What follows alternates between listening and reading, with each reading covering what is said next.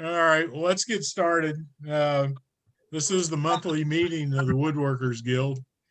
And, before we get going, everybody probably ought to mute themselves so we don't pick up a bunch of background noise and that type of thing. And we don't have a whole lot to cover. If you checked out the newsletter that went out very early in this week, most of the good news is in there. The one thing that we can update you on is the status of the toy program. It was Tuesday morning that the toy committee did a pickup out at Faust Park, and a pretty busy place for about 45 minutes out of the hour that they were there. And Vicki has put together some new numbers on the toy program, kind of a wrap up for the year. I'll go through those with you now.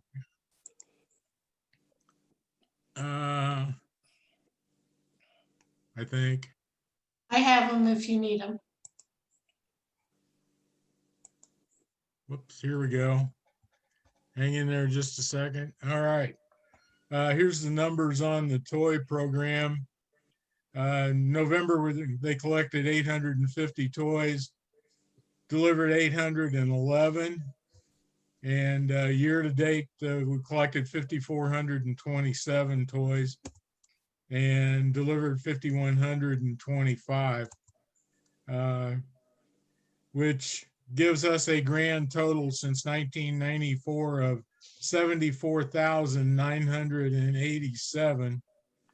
And I'm real curious why 3 more didn't get delivered somewhere to round that up to 75,000. Give us something to shoot for next year for sure. Very impressive numbers.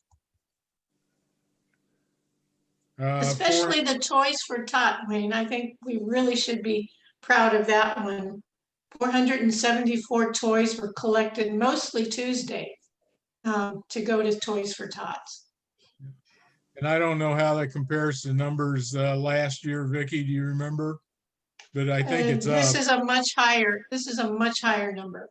Yeah, and it's obvious there's a need out there. And of course, we're only basically in the middle of November. And if you're going to be in the shop and building some toys, you can always drop them off at any of the Toys for Tot collection locations. Delivery on the toys this year, we hit 100% of our goal. And participation, we hit our goal there apparently also, right, Vicki? Well, we modified our targets, so I wanted to make sure we came through with flying covers because everybody did a great job this year. Yeah, I had to modify numbers because there were several months when we didn't collect toys and we didn't deliver toys. So like everything else this year, the program's been in flux. Major contributors, 2 over 1,000, 1 over 750. Linda Turner, I think this is her first year of building toys, and she donated over 400. And then over 100, we have a number also. So appreciate all of you folks that do that. And in January, we will be drawing for gift cards as we did last year. And some of the contributions, the bear and the chairs, some of Bill Muth's things. I think these are Linda Turner's. I'm not sure who the forklift truck comes from. I think that's Bill. Okay. And is the trike Bill's also? Well, that was a toy build day out at the shop one weekend. Okay. And got a bulldozer, bus, and a dinosaur. So some nice toys. And of course, Toys for Tots is who we were concentrating on this month, but the rest of the folks are the ones that we deliver to almost every month.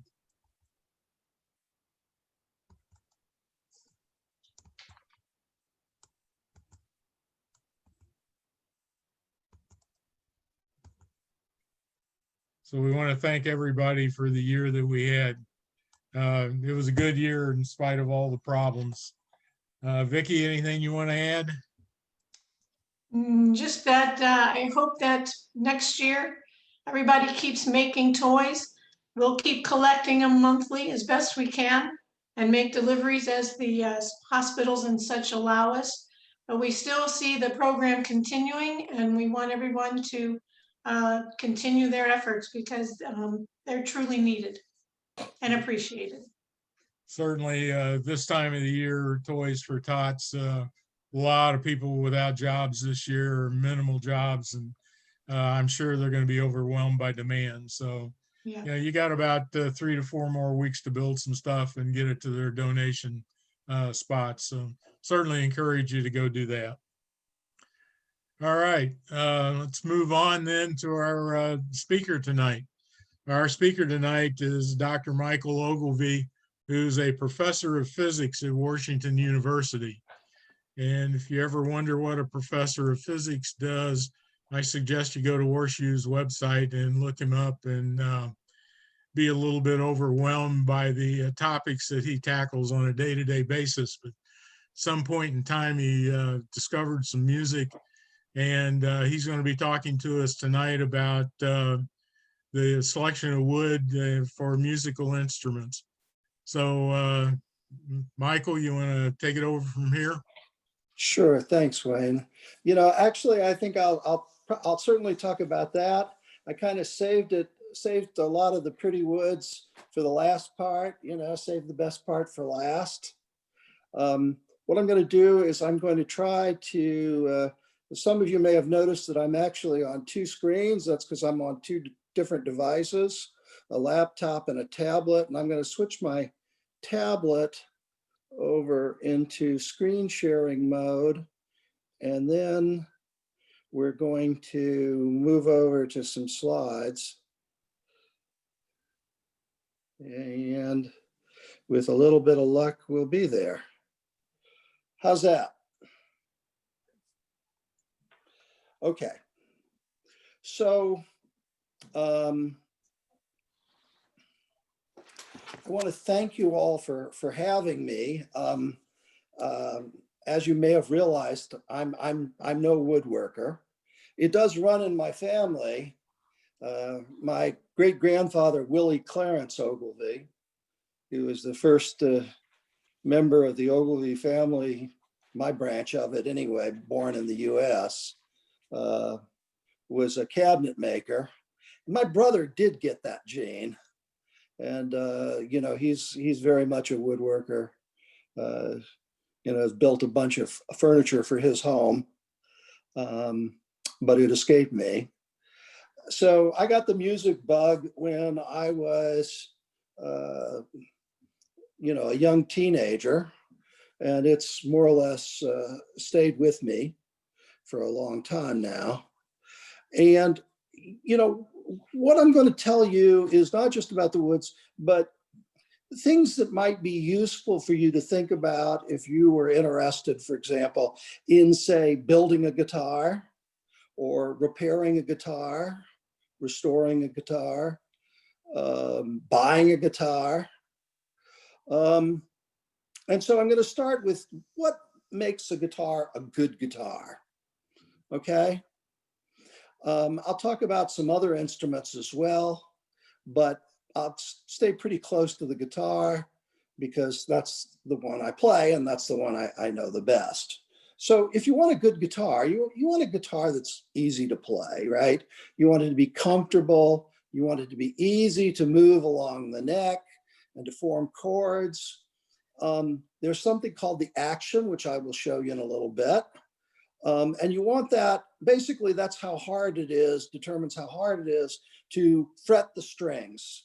If you've got a low action, it's going to buzz on you and you're not going to get clear sound. If it's too high, then what's going to happen is that your fingers are going to turn green and fall off because it's just going to be too much work to actually fret the notes. Now, in addition to it being easy to play, you want it to sound good, because what good is being a good player if the guitar you're playing is not so great? So you want it to stay in tune. That's sort of number one. And you want it to play well all the way up the neck. Now, you may or may not play all the way up the neck. You're not, Eric Clapton or Van Halen, but, it's a good sign if it plays well all the way along the neck. And you want the sound to be clear and consistent along the sonic spectrum. You start at the low notes and you move up to the highest notes, and there aren't weaknesses where the volume drops off or the sound doesn't quite sound right. And you want the volume and sustain to be appropriate for your intended use, okay? And what I mean by that is that if you're a front porch picker, then you want something completely different than somebody who's got to fill a stadium, even if it's only got 100 seats and you're playing acoustic. And if you're a jazz guitarist, you want the notes to die away fairly quickly. But if you're somebody who likes to play slow, sentimental ballads, you probably want something that has a little bit more sustain to it. So, those are something that you might not know when you're starting to play, but there's things that you can think about. Now, another thing that makes a guitar good is pleasing aesthetics. Over on my left, I show you a guitar I found on Etsy. It's a $349 whitewood guitar. I'm sure we all know somebody for whom such a gift would be appropriate, but maybe not something you would necessarily buy for yourself. By the way, I didn't know this. Whitewood is another name for tulip poplar.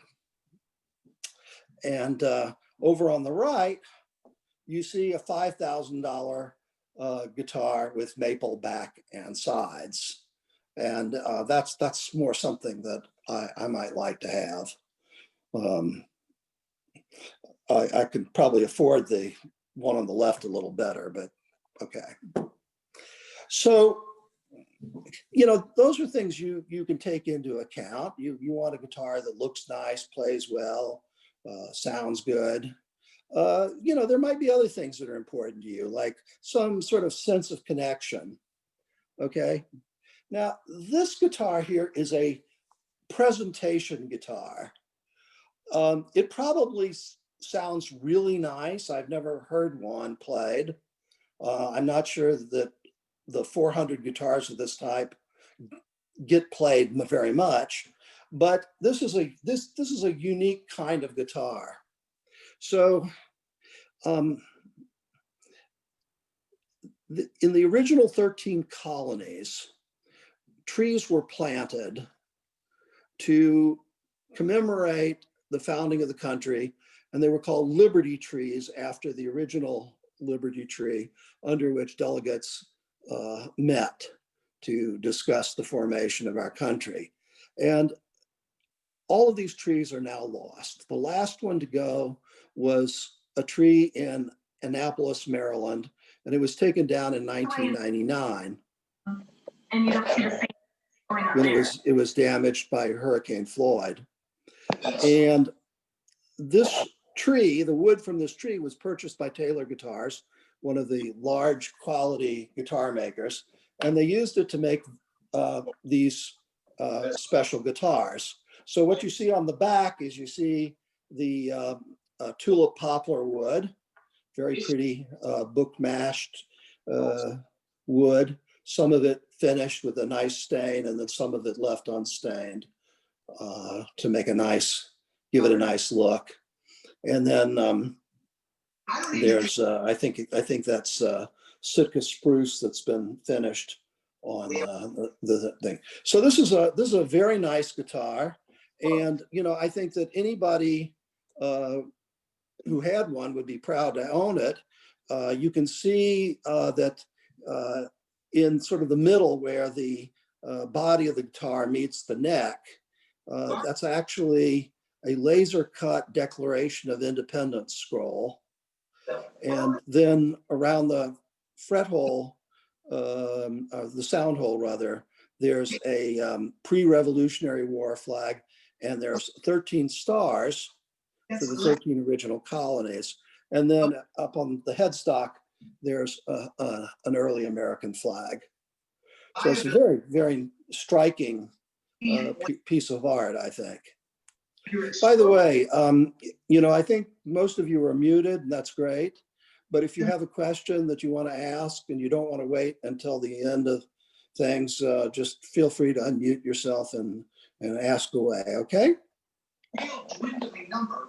It's got his head in sand on. Okay, so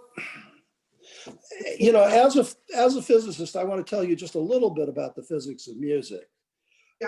One is that sound waves are pure compressional waves. What they are is the pressure goes up and down as a sound wave passes you, okay? And the sound wave is characterized by a wavelength, which is basically the repeat distance. And it's characterized also by a frequency, which is the inverse of the time over which a wave repeats.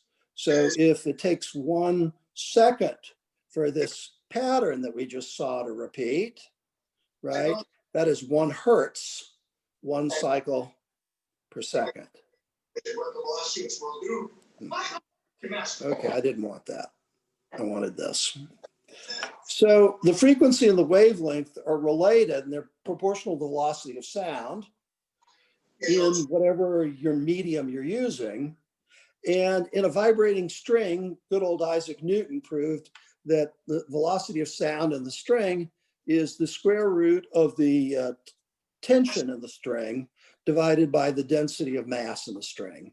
So you can make the velocity of sound go up by making the strings have more tension, or you can make the velocity go down by making the strings more massive, by using thicker strings, basically. And that's what you do when you tune a guitar. Now, the really funny thing about this is we hear frequency, okay?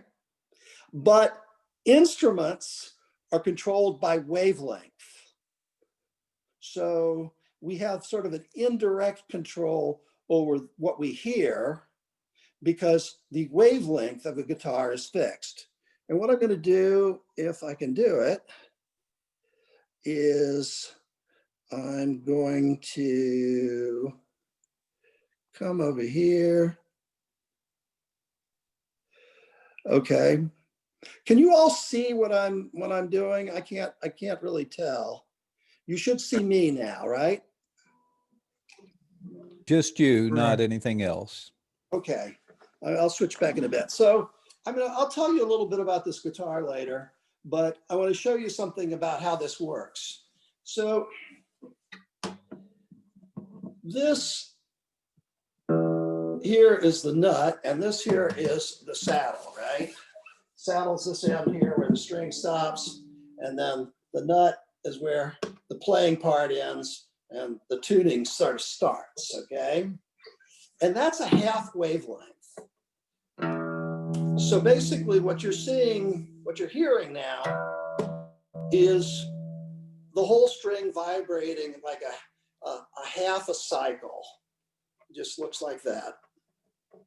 But that's not all that you get when you play a string, because you get pleasing overtones that are natural harmonics of this.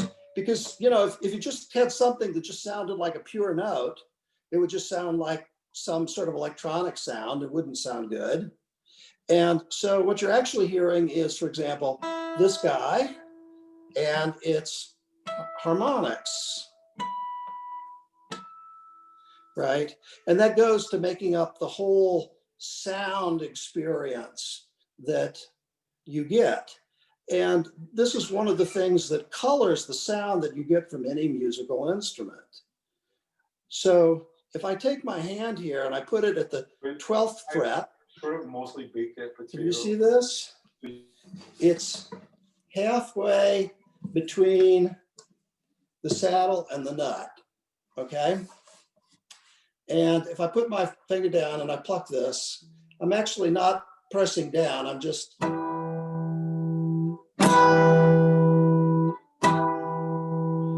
what you're hearing is a sound which is exactly twice the frequency that you would hear if I just didn't do anything with the strings. Okay, and so what I'm doing when I'm fretting the strings is I'm changing that wavelength, and I'm producing, of course, you know, different notes in the usual Western 12-note system. Okay. So I'm going to go back to these slides, which I hope you can see.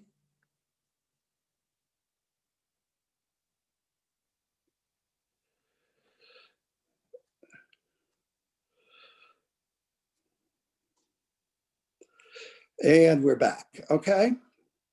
And so, you know, these are the different modes that you see. You see the little modes vibrating, right?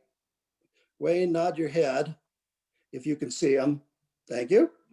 And, you know, these are the things that make up the complex sound that a musical instrument produces that we like. And this basic principle works for all kinds of instruments. It works for woodwinds. Okay, this is a clarinet, which is closed at one end. It's basically a tube. And depending on what harmonic you excite of the tube, you get a different note. Drums actually have a frequency associated with them too, you know, and it depends on where the drummer hits the drum as to which mode gets excited, right? So you get different effects depending on how you hit the drum. And in fact, I'll just get a pitch in for modern physics. This is really just the same principle that we use for very fancy stuff like quantum dots. So quantum dots, which you see glowing in different colors there, are nanometer size, 10 to the minus 9 meters, bits of semiconductor. And we can do a lot of different things with them, but one of the things we can do is we can cause them to oscillate. They're just like, kind of like little strings, and they all have a natural size and all have a natural, therefore have a natural color for the light they give off. And, you know, the process of tuning them is not really so different from the process of tuning a guitar. Now, this is what a guitar looks like, and I know you've all seen them. I just want to point out a couple of things. One is that a lot of people are under the misapprehension the sound comes out the hole. It does not come out the hole, okay? There are jazz guitars which have very small holes and they still just sound just fine. There are other guitars that are more custom where the sound holes are on the sides rather than on the front, and they sound fine too. What is actually vibrating is the strings here are mechanically coupled to the front of the guitar by the saddle, okay? And so what's actually vibrating is mostly this soundboard, but also to a lesser extent, the back of the guitar and the sides of the guitar. That's why people get bent all out of shape about what kind of wood is used on the soundboard, the front, and on the back of the guitar. Just looking at eyeballing this one, I don't know for sure, but I would guess it's a rosewood. The other thing I wanted to point out is that, you know, you have to connect the soundboard to the back of the guitar, to the sides of the guitar. And, you know, that's where the binding and purling comes in. It's this little stuff on the edge. So if you're actually working on guitars, you need to know about stuff like that. And there are all kinds of materials you can use for it. Okay. Now,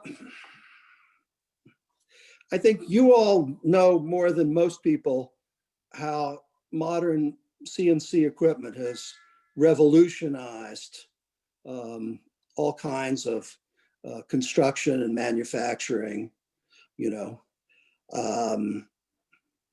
and even a small guitar shop will probably have a lot of very sophisticated tools. Typically, the tops and backs are cut with a laser, you know, accurate to 1,000th of an inch. And this has really made it possible to make quality guitars that can be sold for hundreds of dollars today that really were not so affordable, say, 25 years ago. You know, it's really revolutionized the construction. And of course, there are still a few custom guitar makers who build things entirely by hand, but I think that's really dying out. Now, another thing that's really important about the construction of a modern guitar is the bracing under the top, okay? Because this is the thing that literally holds the guitar together, you know, that holds the sound to be the way you want it, okay? And, you know, you do not want to keep the top from vibrating, but you do want to support it. So these are right there on the back of the soundboard. And one of the most popular styles of bracing was pioneered by the Martin Company. If anybody knows the name of one high quality guitar maker, it's usually Martin. And it's been very widely copied. And you can see obviously why it's called an X bracing. And you could see that also the bracing is most prominent around the sound hole, right? Now, the other very well-known high-quality guitar maker in the US now is Taylor, and they are rolling out a new style of bracing, which they call V-class or V-style bracing, and you can see why. Here's a different look at both styles of bracing. You can see that it's a V that comes up from the bottom of the guitar and is on both sides of the sound hole. And, you know, there's nothing intrinsically good or bad about any style of bracing. I've known people who actually just experimented with their own home-built guitars and, you know, figured out what they thought was a good bracing scheme on the basis of what they thought would sound good. And, you know, it's worked. Now, you know, so you have decisions that you have to make, and I'll talk more about the decisions about the woods in a little bit. But once you've made the decisions about, you know, everything you need to do before you actually start making the guitar, so, you know, you have to cut the wood, you have to get the wood, you have to cut the wood. The sides are formed by heat and pressure, and so what you're doing is you're you know, basically bending them into those curved shapes so that they fit the soundboard in the back in a nice way. In case you're interested, I happen to know that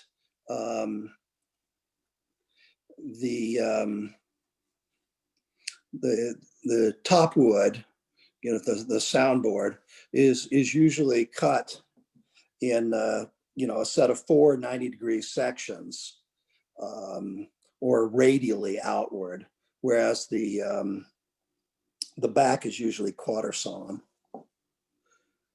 So then you just, and then, you know, there's the neck, and you know, the neck takes a lot of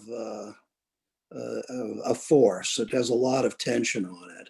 So it's really important before you put the guitar together to make sure that the wood doesn't have tension in it.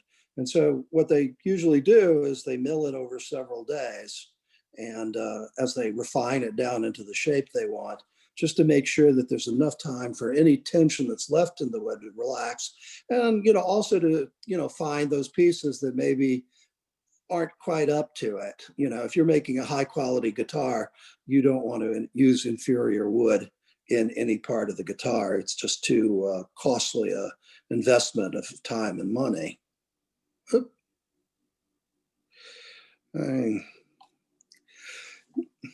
Now, here's something that probably doesn't surprise you all. I assume most of you are pretty familiar with,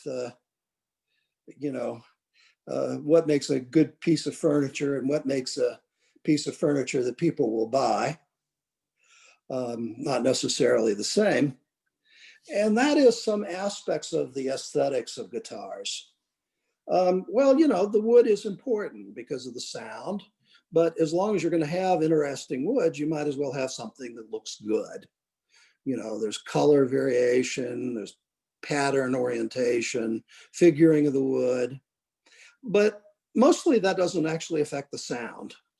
You can have a really ugly piece of wood and it can have a really beautiful sound. The same with like the rosettes, the inlays, the mother of pearl, the abalone, they really contribute nothing to the sound. There's the body bindings, the purflings, can be wood, ivory, and plastic, and they all work. They're more likely to be just wood on the upper end guitars, but the other things work, the synthetic materials. The finishes, people talk about that. But I've heard amazing gloss finished guitars, and I've played amazing matte finished guitars. And the same with, the color treatments, the sunburst patterns, which is where you usually have like a light color around the sound hole and it gets dark as you move away from that. Has nothing to do with the sound, really, just aesthetics. I personally tend to prefer a more natural look, but that's really just personal preference. Now, one of the things that people talk about with all these instruments are the instruments getting better or are they getting worse, right? And so it's sort of interesting to talk about modern instruments versus classic instruments, for guitars are things like pre-war Martins.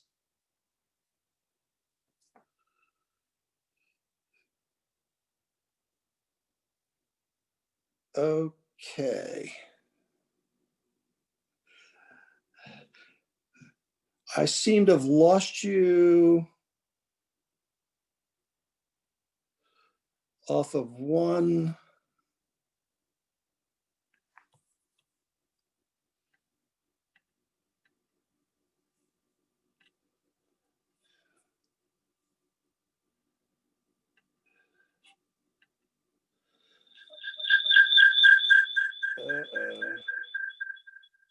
You're back full screen. Yeah, I see that. Hold on, I gotta do something here to cut down on the noise. Can you hear me?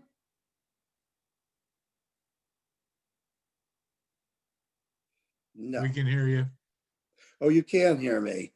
Can you see the slides? Not yet. How about now? No. Huh. Okay, we'll do it again.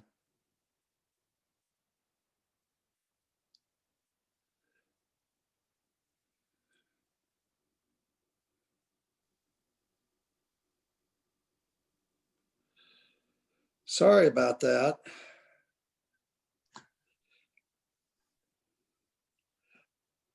No, nothing doing, huh? Black screen.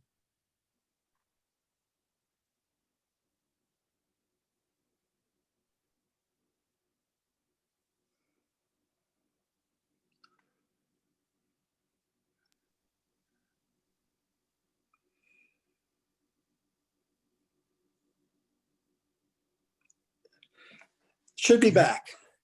We've got it now. Yep, thank you. Okay, so, if I had to characterize those pre-war Martins, they're all a little bit different, but in a lot of cases, they were constructed with what they had back then, and that is hide glue, animal glue. The finishes were usually nitrocellulose, and a lot of the higher end instruments had a dovetail neck joint, which is what you see in that little picture, right? And frankly, these can be beautiful sounding instruments. They've aged remarkably well in many cases, but restoring an instrument and staying authentic, right, with the hide glue and the nitrocellulose finish, taking apart and fixing, a neck joint problem is a major operation. The hide glue is not as good as modern glues in a lot of ways. People are using it because there's a demand for it. And you're probably going to have to refinish the entire area that you've been working on of the guitar. Take strip off and reapply the nitrocellulose finish because it's known to be very finicky. On the other hand, with a modern guitar, you've got new materials. There's some new finishes, new stains, and new finishes that are quite nice. Just as good in terms of the thinness with which you can apply it and how little it disturbs the sound of the wood as the nitrocellulose. With CNC, you can do, even if you do hand assembly, you start off with something that has very precise tolerances once you go to put it together. And then there's something fairly new called torrefication. So when people talk about torrefying wood, what they mean is they take the wood and they stick it in basically a glorified oven, heat it up for hours, many hours, at 200 degrees, 250. And it artificially ages the wood, essentially. One of the things about old guitars is that they're made with, nowadays, old wood. And that aged wood gives you a different sound than the young guitar had. In the old days, people used to talk about taking guitars and acoustic guitars and putting them in front of a rock group's speakers, right? And the thought was that that would cause the wood to vibrate and it would artificially age the wood. Well, it turns out baking the wood is more reliable. This is also, by the way, how you make counterfeit 18th century violins. You need wood that looks like it was new in the 18th century.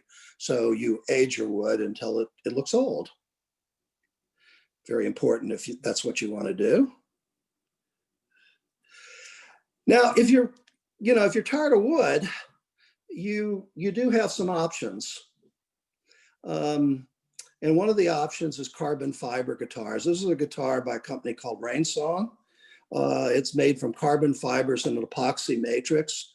And it is never going to get better, but if you take care of it, it is never going to get worse. It avoids all the humidity issues that afflict wood guitars, warped necks, failing neck joints, buzzing notes. The sound is good. It basically doesn't change. Michael, we've got a black screen again. Oh, poopy.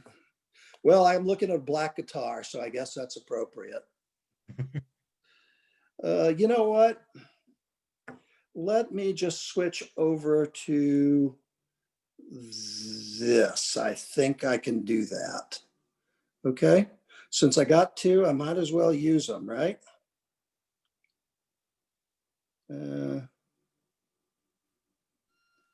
Okay. But my laptop does not have a touch screen.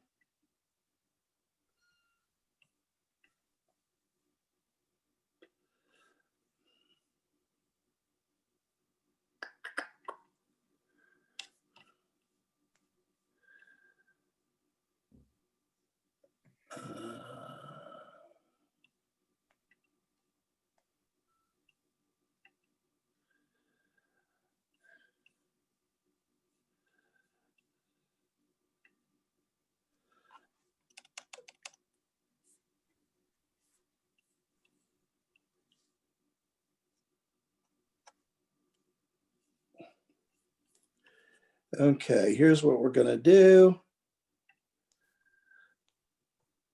I am going to share my screen.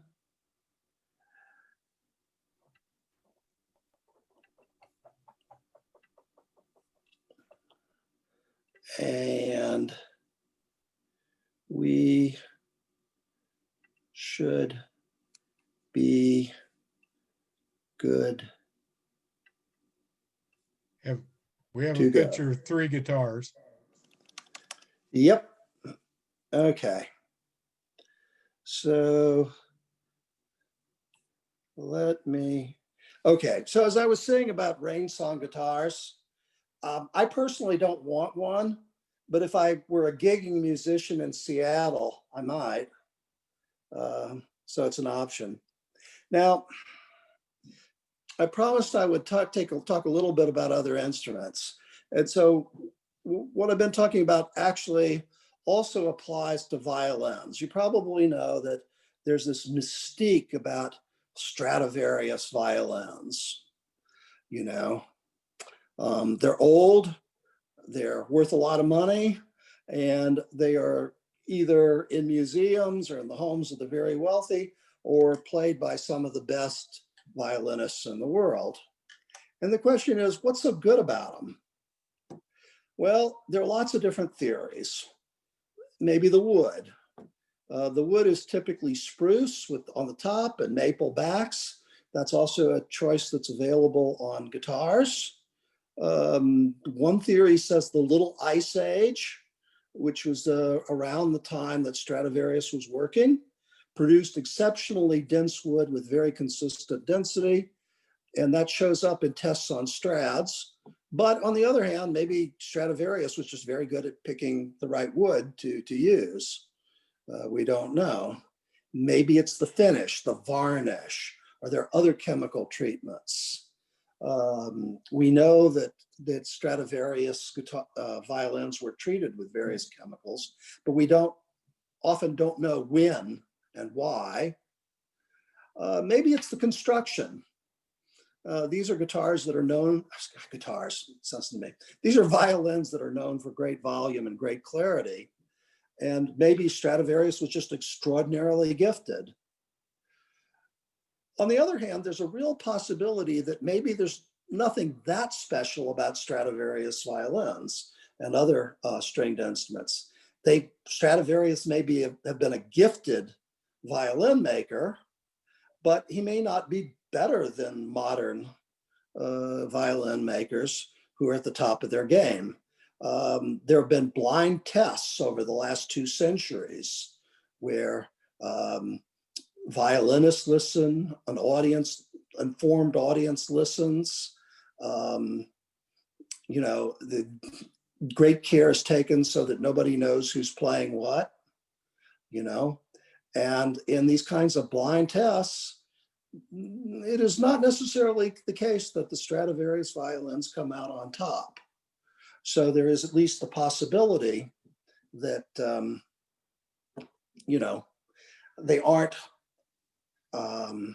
as great as they're often made out to be. Okay, so you've all been very patient with the little technical difficulties. So now I'm going to turn to the wood. So generally speaking, there's a relation between the cost of the guitar and the quality of the guitar and the wood that's used to construct it. Not always, but generally so. And in particular, it's the body wood on the sides and back of the body of the guitar, and the top wood, which is on makes up the soundboard. Okay, so it's hardwood for the back and sides, and some of the most popular are rosewood, mahogany, maple, koa, and softer woods for the top. Okay, because you want something that's lightweight but has a high tensile strength. Remember that the bridge is coupling the strings, which have a lot of tension, to the soundboard, right?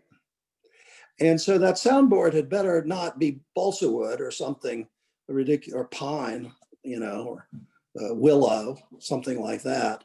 You need a balance of lightness and strength, and you need elasticity because it's vibrating, right? That's where the sound is coming from. It's the part that's vibrating. Okay. So, okay,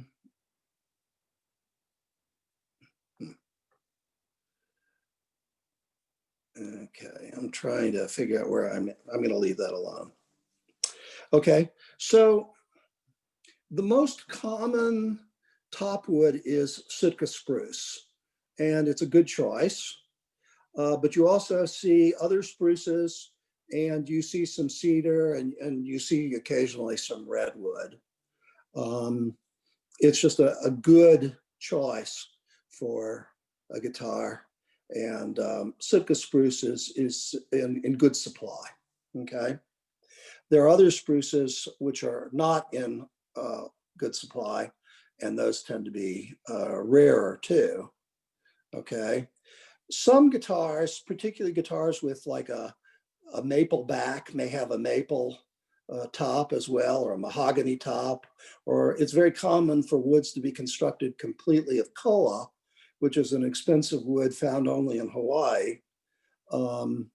But you really have to want that look and be willing to pay that price. So here are what some of the common ones look like. On the left is Indian rosewood. That's the most common source of rosewood for guitars, rosewood-backed guitars today. As you can see, it has a very striking stripy pattern. Mahogany is a little more subtle. This is a unusually nice looking mahogany back, I think. And then with maple, you can get all kinds of different effects. There's flame maples and quilted maples. This is an attractive maple back with a kind of a darkish rub. I think that's the rub that's called brown sugar. But if you want something else besides these guys, there are some newcomers. And a lot of them have been developed, honestly, because some of the other tone woods, as the hardwoods and softwoods that make up the guitar are called, in the body, a lot of these tone woods are not in plentiful supply anymore. So people are experimenting with things that they think might be better or different or cheaper or more sustainable, right? And this is things like sapele, ovankol, blackwood, and these are possible choices too. These are not generally used on inexpensive guitars either. These are nice woods to work with. And then there are the exotics. Now I played koa wood guitars. They're beautiful. They sound very nice. I don't think I've ever actually seen an ebony guitar. I think it would be heavy no matter how thin you try to make the back and sides, but apparently people do it. And that's a nice look at what ebony looks like when it's cut like that. The generally speaking, for the fret, the fretted part of the neck, you use a black ebony, but you could also use something like this if you wanted to, and some people do. Now, why do we have all these kinds of woods? Well, because they all sound different. The classic gold standard wood for backs and sides is rosewood, particularly Brazilian rosewood. Okay. Rosewood is kind of funny because it has a good response at low frequencies and a good response at high frequencies, but it's a little scooped in the mid-range. So that's kind of the middle of the guitar, about where our singing voice is. So if you sing along with your guitar, maybe you like rosewood because it doesn't get in the way of your own singing voice. Mahogany is kind of the opposite. It gives a little boost to the mid-range frequencies, but doesn't have so much on the low and the high. And these are all relative. You might not notice them if you were playing a given guitar or listening to someone play a given guitar. But generally speaking, maple is going to have a brighter sound. It's going to favor the higher frequencies. Koa is also going to have a brighter sound, but as Koa ages, it gets more responsive to low frequencies. So it becomes a pretty nice guitar there too. Ovankol is like mahogany, except it has a little bit more of a bigger frequency response. And then you can see that Sapele and African ebony, also called Bubinga, is, have characteristics which are, in that range.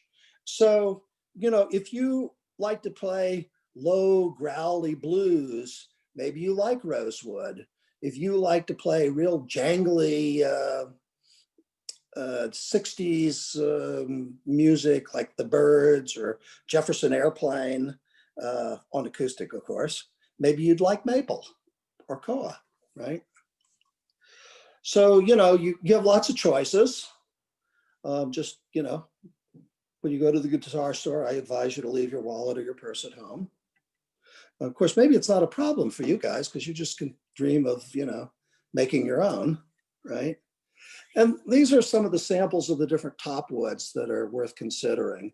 Now, as I said, Sitka spruce is the one that is sort of the default for a guitar of any quality at all.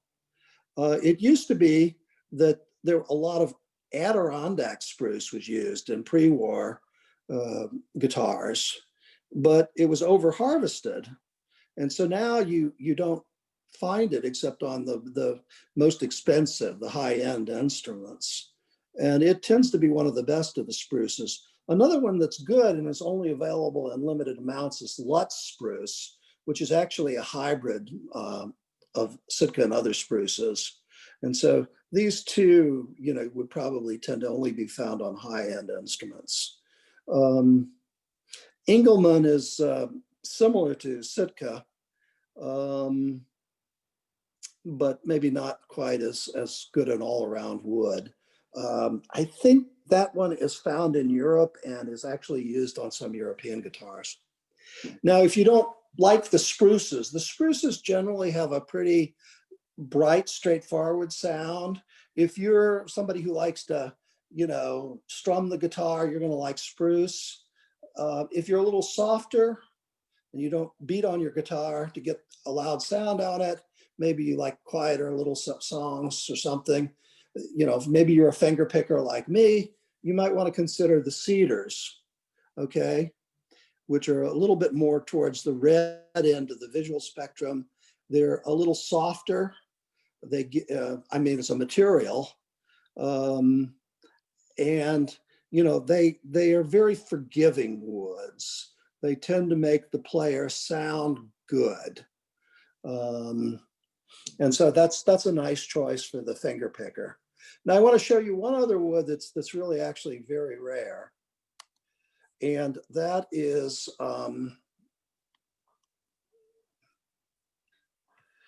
I don't know why I'm not in presentation mode.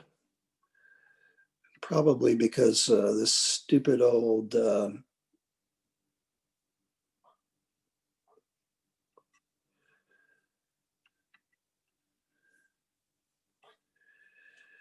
yeah, it's because, well, fine. It's because Zoom gets in the way. Okay, I don't know how we ended up there, but we did. Okay, this is a really rare tone wood. This is sinker redwood, okay? So this is redwood that's been underwater for a long time. Somebody hauled it up to the surface and found that the wood was still good and used it to make guitars like this. It's got a sinker redwood top, blackwood back and sides, tropical mahogany neck, ebony keyboard. You can tell how dark it is. And as you can tell, they've invested a fair amount of money in decorating it around the sound hole, inlay up the neck and along the outline of the sound hole. And, it's, I don't think it's too gaudy. I think it's actually pretty nice looking. This is supposed to be a wonderful guitar. Sinker Redwood has a reputation of really having the warm overtones of cedar with a lot of response in the bass, but in many ways being just as good as, Adirondack spruce. So kind of the best of both worlds kind of material. Of course, this is a $10,000 guitar. So that's, you can ask Santa if maybe that would be okay.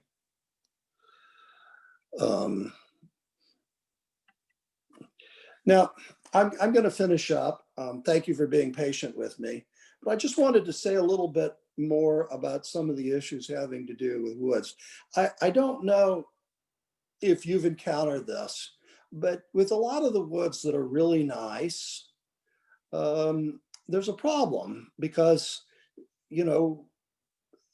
once you find a really nice wood, people tend to use it, right? It's like beaver hats. Beaver fur, the under fur of beavers was really good for making hats. And so they killed off most of the beavers. And so in pre-war guitars, Brazilian rosewood was really plentiful and it was easy to get, it was easy to use, and they made a lot of guitars with Brazilian rosewood. Brazilian rosewood comes from the rainforests of Brazil. But it started becoming scarce in the 60s. And since 1992, you can't bring it into the country unless you can prove that it was either exported, harvested before 1992, has a long pedigree, or it was harvested from naturally fallen trees, for which you have to have a permit and copious documentation. So if you have a Brazilian rosewood guitar, even if it's like an old pre-war Martin, you want to make sure that if you travel around with it outside the country, that you can prove that it is what you say it is, and it's not something that has been illegally made and illegally sold. Because I assure you that the people in customs would be happy to confiscate it. And since these tend to be expensive guitars, you really don't want that to happen. Fortunately, we have alternatives. Indian rosewood is still common. There's also rosewood from Madagascar. And there are some modern alternatives. I'm going to show you a couple. No, I guess I am not. Okay. Yeah, here they are. So this is so-called African rosewood, bubinga. It's actually not a rosewood, but it has many of the acoustic characteristics of rosewood. And so it's called African rosewood.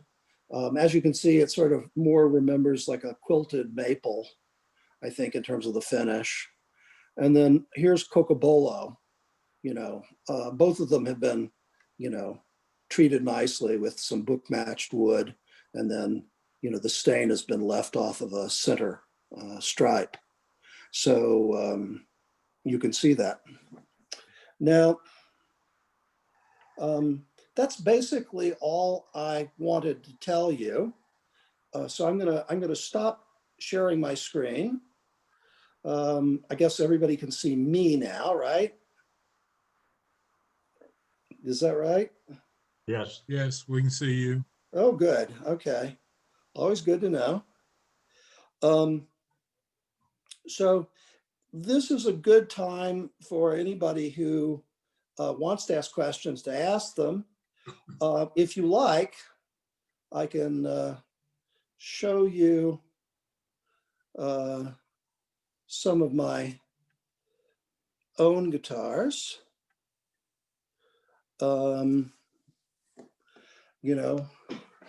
So for example, well, my own guitars. I've only got 3. That is a low number by the standards of people who love guitars. Okay, so guitar players talk about GAS. Do you know what GAS stands for? GAS stands for Guitar Acquisition Syndrome.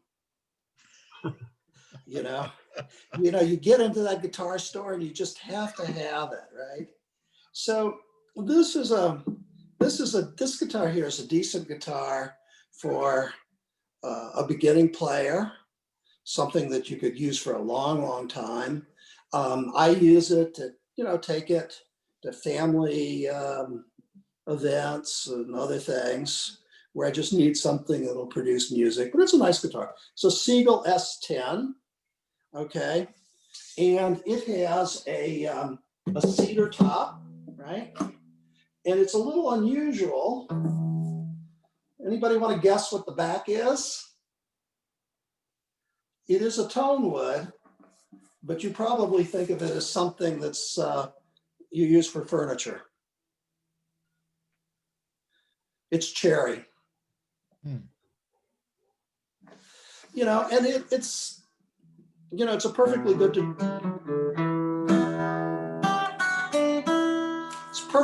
guitar, okay? And if you were going to buy a guitar like this today, it would probably run somewhere in the $300, $400 range, But as I say, it's a guitar, it's a perfectly good guitar. If you look at the action, which is the distance here between the strings and the frets, you can see that even down around the 12th and the 14th fret, it's not too bad. It's really a pretty nice little guitar.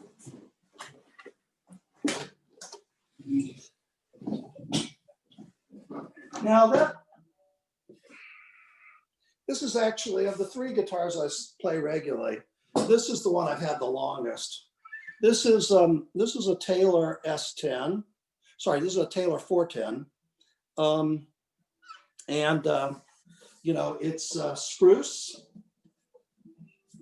and mahogany with a matte finish. It's a size called a dreadnought, which is a little bit large for some people, but it's a nice, easy guitar to play, produces a lot of volume, sounds good,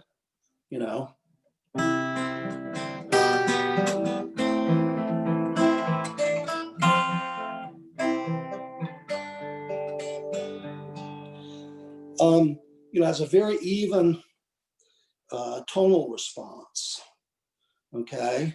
And since it's now, oh golly, it's over 25 years old, it's pretty well broken in. It does need some minor repair work, some fret work. I think this fret needs to be replaced pretty soon. But it's a nice guitar, and one that most people would be perfectly happy playing. Now, I'm going to show you a guitar that I probably don't play as much as I should,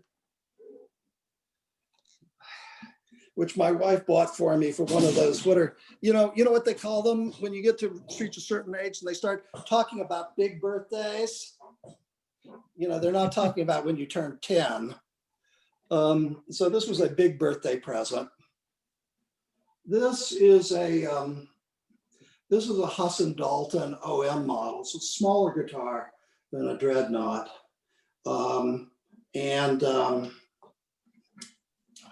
It's again spruce on top, but the back and sides are Indian rosewood. Okay, and you can see that they've done a pretty nice job of doing. It's not fancy, nothing extravagant about it. There's a little, I think it's mother of pearl in the rosette. But it's a very nice sounding guitar. And I wanted you to hear what the bass on a rosewood guitar sounds like, okay?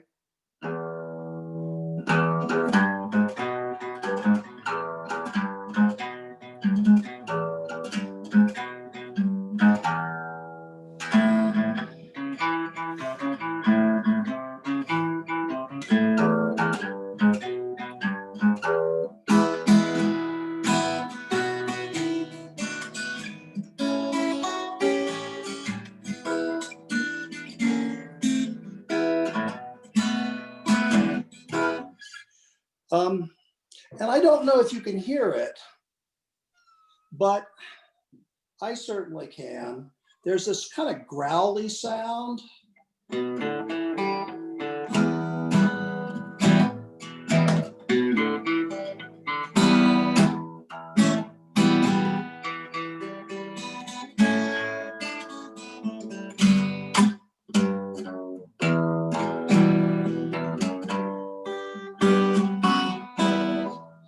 You know,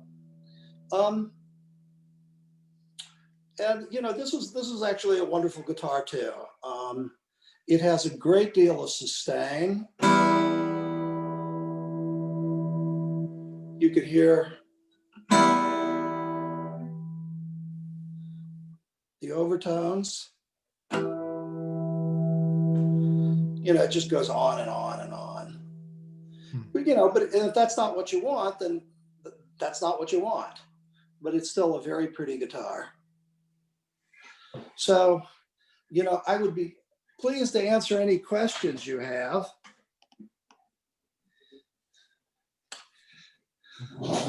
Michael, I'll start out with a question. If you don't have to have a sound hole to make sound come out of a guitar, why do you have a sound hole? Well, it's not that the sound comes out, it's that, you know, what happens, suppose you have a empty, like 64, you know, 2-liter soda bottle, and you got the top on and it's empty, and you try to squish it with the top on, right? The air can't get out, and nothing good happens. So you need to have a sound hole so that the pressure can equalize as, you know, everything vibrates, right? So, you know, the air can get out and back in any way it wants. It can do it from the sides or the back or from the sound hole in the front, but you need to have something there. So Okay. it's for the air, not the sound. Okay. Michael, I have a question. Sure. You're talking about a variety of woods for the top. Does the thickness of the top vary depending on the type of wood you've chosen?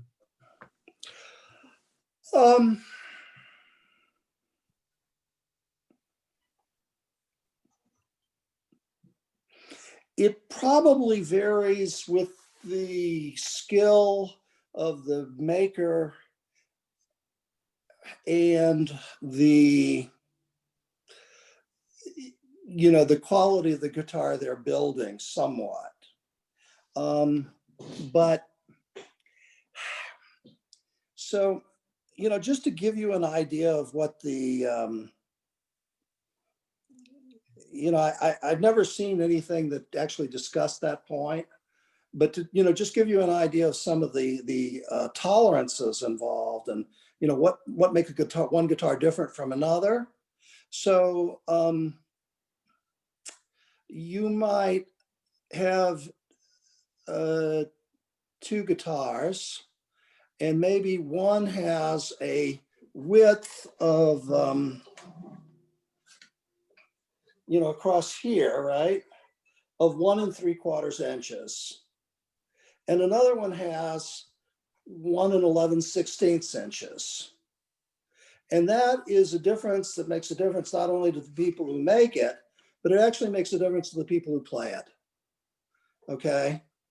And so, you know, things are often machined to a tolerance. I mean, with the CNC machines, you can do very good things, but, you know, you need things that are good to a 32nd of an inch. And I just can't tell you, you know, do they sweat, you know, that as a design factor or not? I'm not sure. Okay. What was the full question there? Oh, hi, Micah. Will wanted to know if the thickness of the top wood varied from wood to wood. Not really. from everything I've ever encountered, I've maybe used, I don't know, 6 different kinds of woods as a top wood. It's based more on the style of guitar than it is off of the wood itself. So like if you're building a classical style, you actually want a thinner top wood. If you're building a dreadnought, you want it to be thicker. It's based purely on what style guitar you're constructing more than the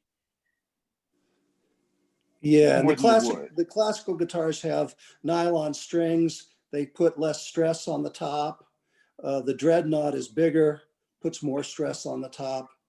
Right, and so it's based purely off of design of what you're building more than it's the actual, what if you're using a denser wood or a lighter wood.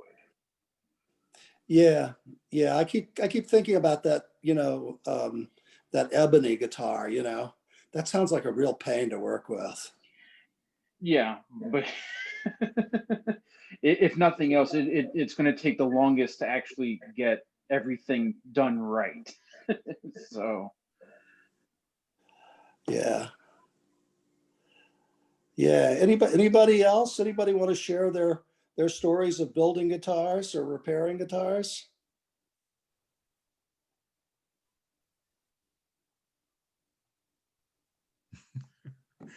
Quiet group. I guess. I think I put them to sleep. Yeah. Well, I know I went into this discussion not knowing much about guitars. And after hearing you speak, I now realize how little I know about guitars and what it takes to build one, much less play one. Yeah. I have run in a couple times when I'm repairing guitars of people buying a classical guitar, putting steel strings on it, wondering why the neck warps.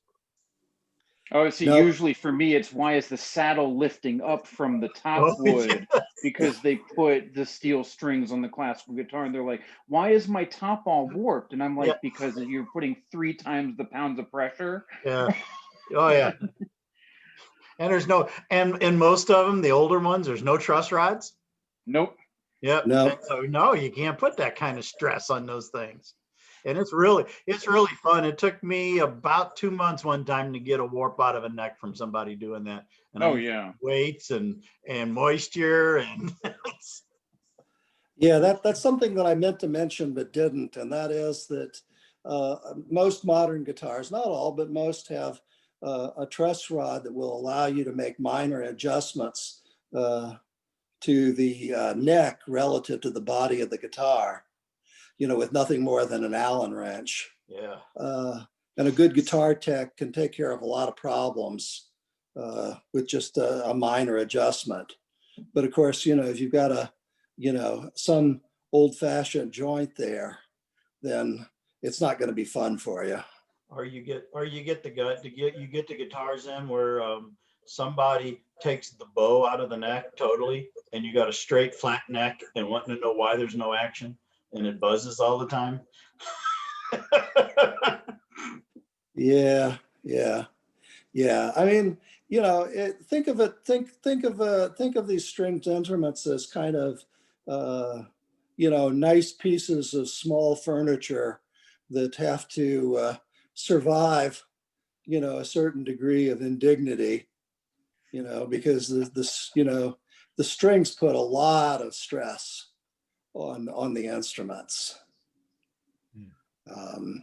If you look at some of the pre-war instruments that have not been well cared for, it can be really, really quite shocking. Some of them you'll see wear on the wood, but a lot of times it's the saddle, it's the neck, problems were not taken care of. And all of a sudden, instead of having, some sort of $10,000 guitar that's just filled with meaning and memories and plays really wonderfully, what you got pieces of wood. You were talking earlier about how people used to always put their guitars in front of amplifiers. We also put them, because I'm old, we also put them out in the sun and let the sun Yeah, to change the tones on them too. yeah. I mean, I don't think that there's anything that people haven't tried. You know? It's kind of like do-it-yourself healthcare. You know, if you say, "Oh, if I take lots of vitamin C, I won't get the coronavirus. If I take a little bleach every morning, I won't get the corona." My guitar would really like it if I put it in the shower. Yeah. You know, Yeah. No. don't do that. Yeah. No. Yeah. Yeah, They're very, very sensitive to temperature and humidity changes. Yeah, and that's one of the attractions of things like the Rain Song. I have to say that even though St. Louis is a pretty high humidity in the summer and gets pretty dry in the winter, actually only one of the 3 guitars I showed you has any significant problem. It tends to, one of the guitars has a little dead spot around the 10th fret in the dead of winter. Which I could have worked on, but it's really quite minor. So either I've been lucky or maybe St. Louis isn't that bad.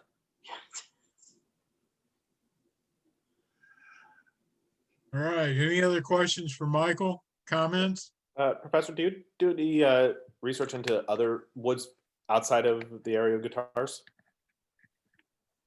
Sorry, other woods outside of what? Outside of use in guitars? Other instruments or just other acoustic properties of woods?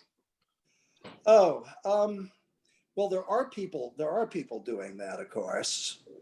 I mean, you have to understand, okay, so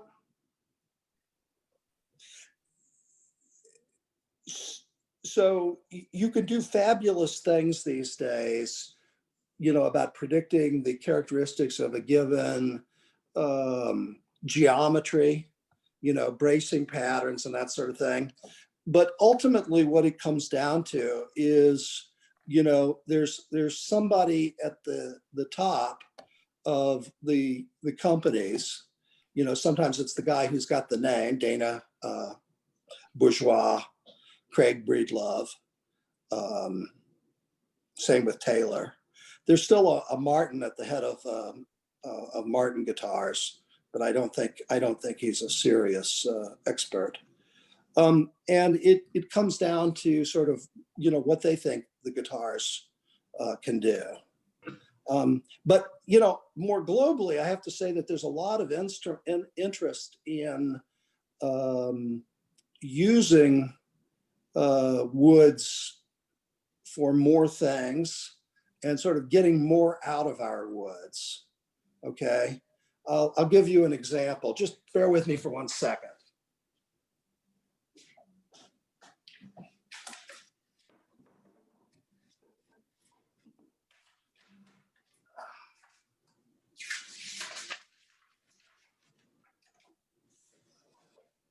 Okay, can everybody see this puppy? Yep. This is an ebony cutting board. Okay, and it is probably the heaviest cutting board you have ever seen. Okay, and what happened was that Taylor Guitar wanted to ensure a supply of ebony for their guitars. And it turns out that when you use ebony for guitars, you waste a lot, okay? And, because it's just not right for making guitar pieces out of. So what do you do with the rest of it? Well, you have to sort of try and make a market for it.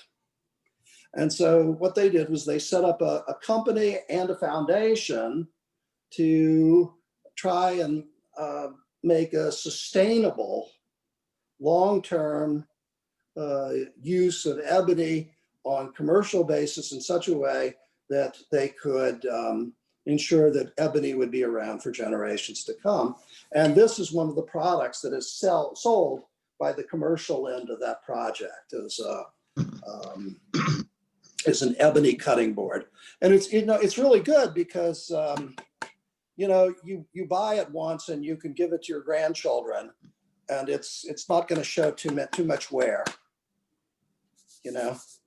Ebony is a pretty tough wood.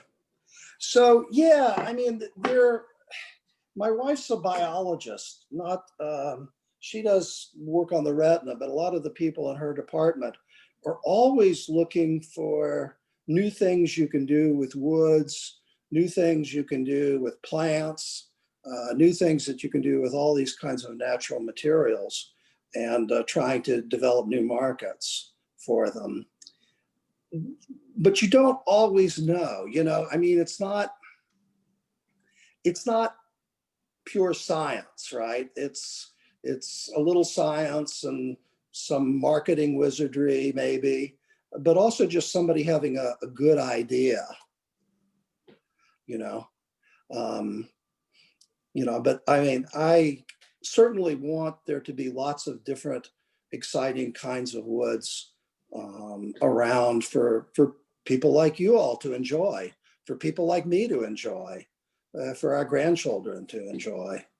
And, I think it's mostly going to happen. It's not clear what's going to happen with the Brazilian rosewood in the rainforest. It's not clear what's going to happen with the rainforest.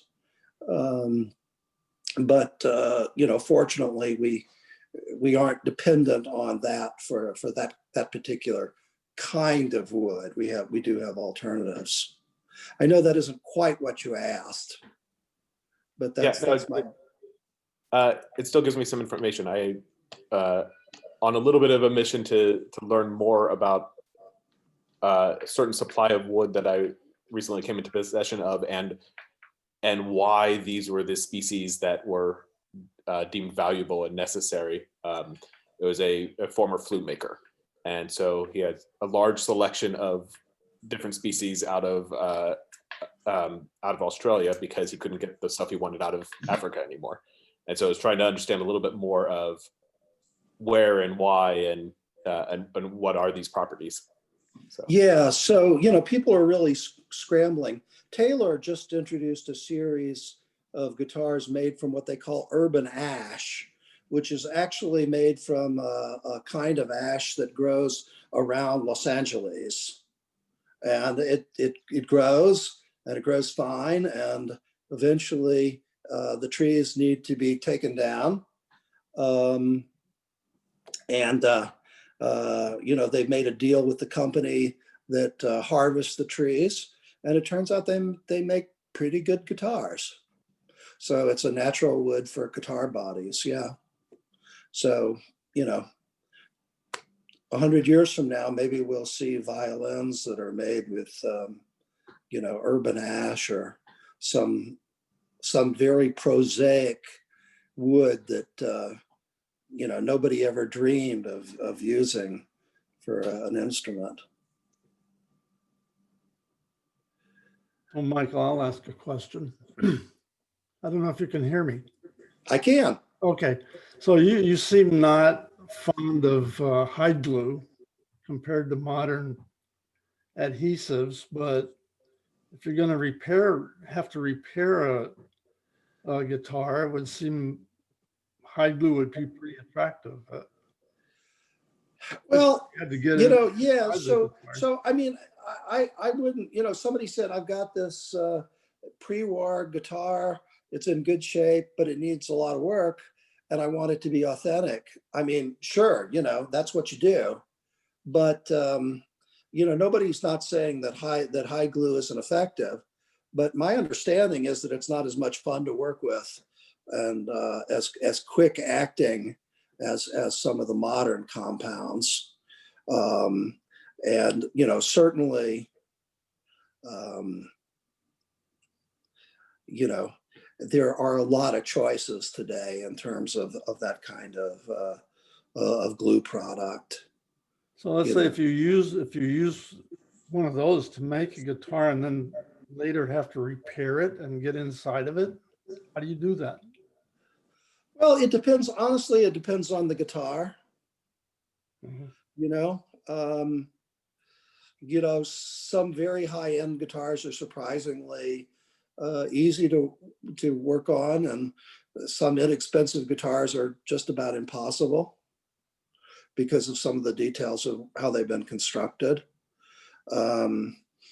You know, some of the high-end manufacturers are very, very good, I think, about providing technical support to their authorized repair places. You know, it's kind of like, you know, computers and phones, right? You know, some you can fix and some you can't, you know. You know, but I wouldn't, you know, you have to appreciate each guitar for what it is, right?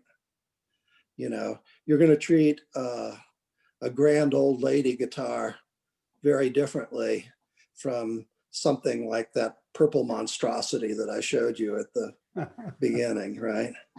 You know, you can always burn it if you if you need a fire during the winter. Yeah. Yeah. Oh, I see you got a nice shop there. Well, it's a picture of a nice shop. Well, that's okay. All right. Well, Michael, thank you very much for your time. We appreciate it. I think it Well, was it was, very, very interesting and worthwhile. well, good. I'm glad you enjoyed it. As you can tell, I don't think I actually you know anything compared to all the things that you all know about wood, but I do know a little bit about guitars. Yeah. All right. Thanks again. Good night, all. Likewise. Thank you very much.